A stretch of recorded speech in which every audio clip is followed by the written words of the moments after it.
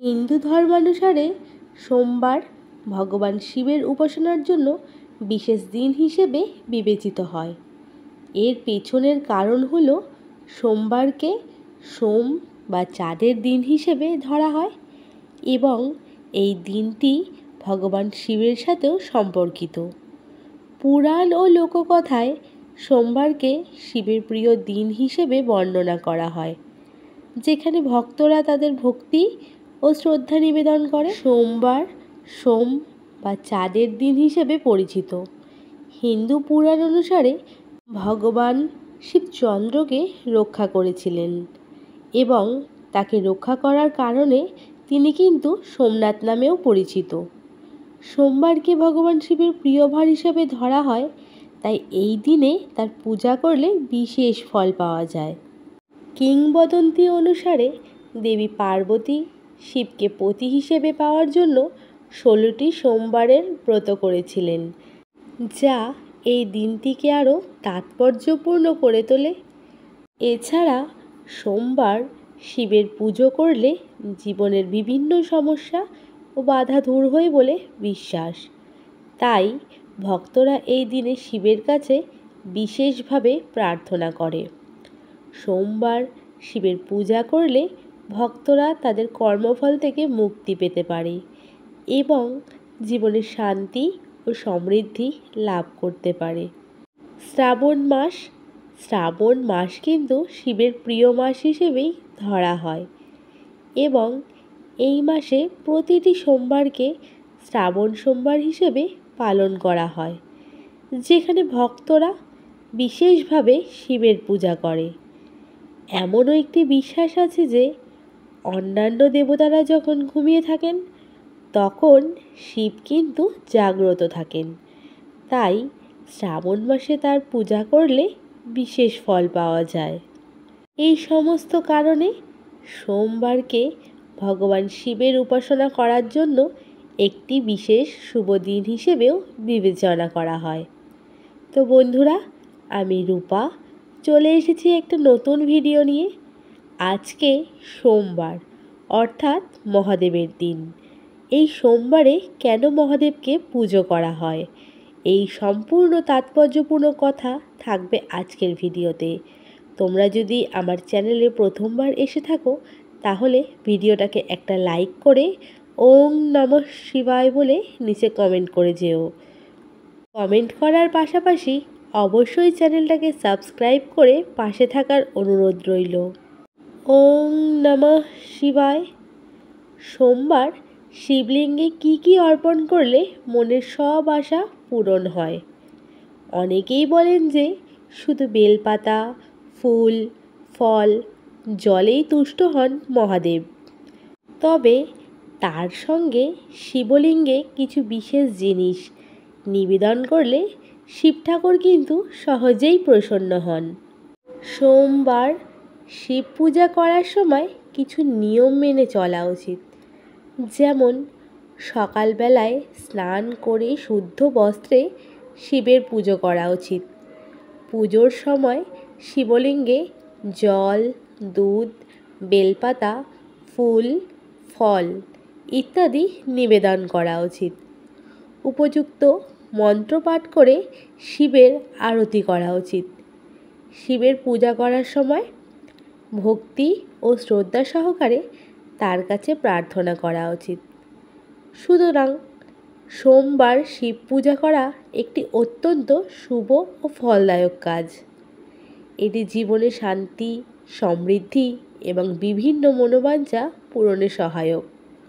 এমনকি বৈবাহিক জীবনে সুখ ও শান্তি লাভের জন্য সোমবার শিব ও পার্বতীর পুজো করা হয়। শিব পূজা মানসিক শান্তি ও শারীরিক সুস্থতাও প্রদানে সহায়ক। বিশ্বাস করা হয় যে সোমবার নিষ্ঠা ভরে শিব পূজা করলে মনের সকল ইচ্ছা পূরণ হয়। বিশেষ করে শ্রাবণ মাসের সোমবারগুলিতে শিব পূজা করা অত্যন্ত ফলদায়ক। এই মাসে শিবের পূজা করলে কিন্তু বিশেষভাবে তিনি সন্তুষ্ট হন এবং ভক্তদের মনোবাঞ্ছা পূরণ করেন। বহু বাড়িতেই মহিলারা সোমবার শিব ঠাকুরের ব্রত রেখে উপবাস করেন এবং তারপরে তারা মহাদেবের মাথায় জল ঢালেন। কিন্তু শুধু শ্রাবণ মাসে নয়, টানা 16টি সোমবার মহাদেবের পুজো করলে দারুণ ফল পাওয়া যায়, এমনই বলেছে জ্যোতিষশাস্ত্র। কোন কোন নিয়ম মেনে এই পুজো করতে হবে একবার জেনে নিন। 16টি সোমবার মহাদেবের ব্রত পালনে প্রথম শর্ত হলো এই দিনগুলিতে উপবাস করেই পুজো করতে হবে। সকাল সকাল স্নান সেরে পুজোয় বসতে হবে। সাদা পোশাক পরে এই পুজো করা উচিত। আর কয়েকদিন পরেই শ্রাবণ মাস শুরু। এই মাসকে শিব ঠাকুরের মাস বলেও মনে করা হয়। আর সোমবার হলো শিব ঠাকুরের বার। শ্রাবণ মাসের প্রতি সোমবার তাই নিয়ম করে মহাদেবের পুজো করলে ভাগ্য সুপন্ন হতে পারে। পুজোর সময় একটি বিষয় খেয়াল রাখতে হবে যে ঘরে পুজো করছেন বা ঠাকুর ঘরের মুখ যেন উত্তর পূর্ব দিকে হয়। পুজোর জন্য শিব ঠাকুরের মূর্তি বা ছবিটিকে উত্তরমুখ করে রাখবেন। এই অবস্থায় তার সামনে পুজোয় বসবেন। পুজোর সময় সোমবারের ব্রতকথা পাঠের মতো করে ওং নমঃ শিবায় এই মন্ত্রটি পাঠ করতে হবে। মহাদেবের আরাধনার সময় পুজোর থালায় কি কি রাখবেন সেটাও কিন্তু জেনে নেওয়া দরকার। বেলপাতা, চাল, ফুল, ধূত্র ফুল, প্রদীপ, ধূপ, চন্দন, দুধ, কর্পূর রাখতে হবে। এরপরে নিষ্ঠা নিয়ে পুজোয় বসতে হবে। শ্রাবণ মাসের সোমবারগুলিতে যেভাবে শিবের আরাধনা করা হয় সেইভাবেই কিন্তু 16 সোমবার ব্রত রাখতে হবে। সারা দিন উপবাস করে থাকতে হবে। সন্ধেবেলায় মহাদেবের মাথায় জল ঢেলে উপবাস ভাঙতে হয়। টানা 16টি সোমবারে পুজো করতে হবে এবং মাঝে মাঝে কোনো সোমবার বাদ দিলে কিন্তু চলবে না। সোমবার হলো শিব ঠাকুরের বার। শ্রাবণ মাস কিন্তু তার মধ্যে আরও গুরুত্বপূর্ণ। সব মিলিয়ে ভালো সময় একেবারে সামনে, শুধু নিয়ম মেনে পুজো করতে হবে এই সময়।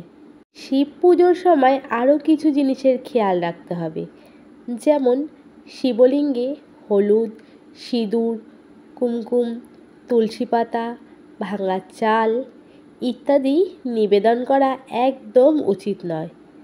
শিবলিঙ্গে শুধুমাত্র বেলপাতা, ধুতরা ফুল, আকন্দ, দূর্বা ফুল, ফল, জল, দুধ, মধু, ঘি, চন্দন ইত্যাদি নিবেদন করা উচিত।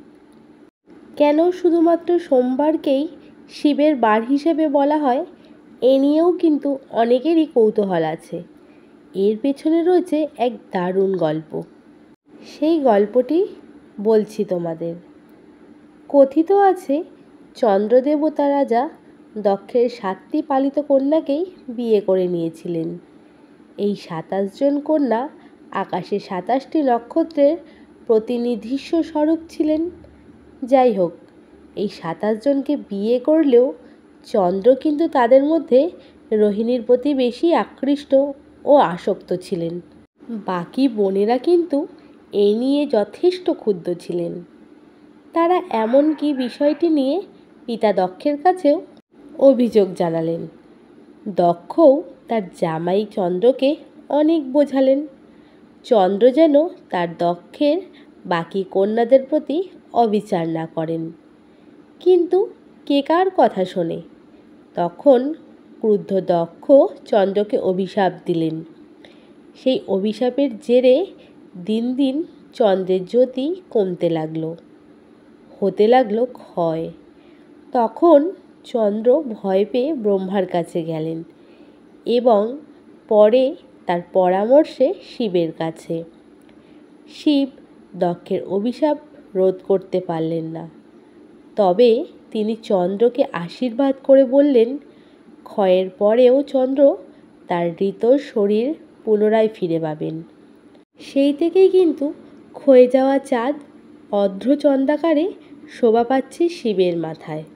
আর সোমবার মানে এই চন্দ্রের বারে শিব পুজো করলে কোনো ব্যক্তির যদি জন্মকুণ্ডলিতে চন্দ্রদোষ থাকে তবে কিছু থেকে থাকে তবে কিন্তু তা দূরীভূত হয়। তাই প্রতি সোমবার শিবের পুজো করতে হয়। এই সমস্ত কারণে কিন্তু সোমবারকে ভগবান শিবের উপাসনার জন্য একটি বিশেষ দিন বলে বিবেচনা করা হয়। ঠিক এই সব কারণেই কিন্তু সোমবার দিনটাকে শিবের দিন হিসেবে মানা হয় এবং পুজো করা হয়। তো বন্ধুরা, আজকে আমার এই ভিডিওটা তোমাদের কেমন লাগলো অবশ্যই কমেন্টের মাধ্যমে জানিও। আর দেখা হচ্ছে তোমাদের সঙ্গে পরবর্তী কোনো ভিডিওতে।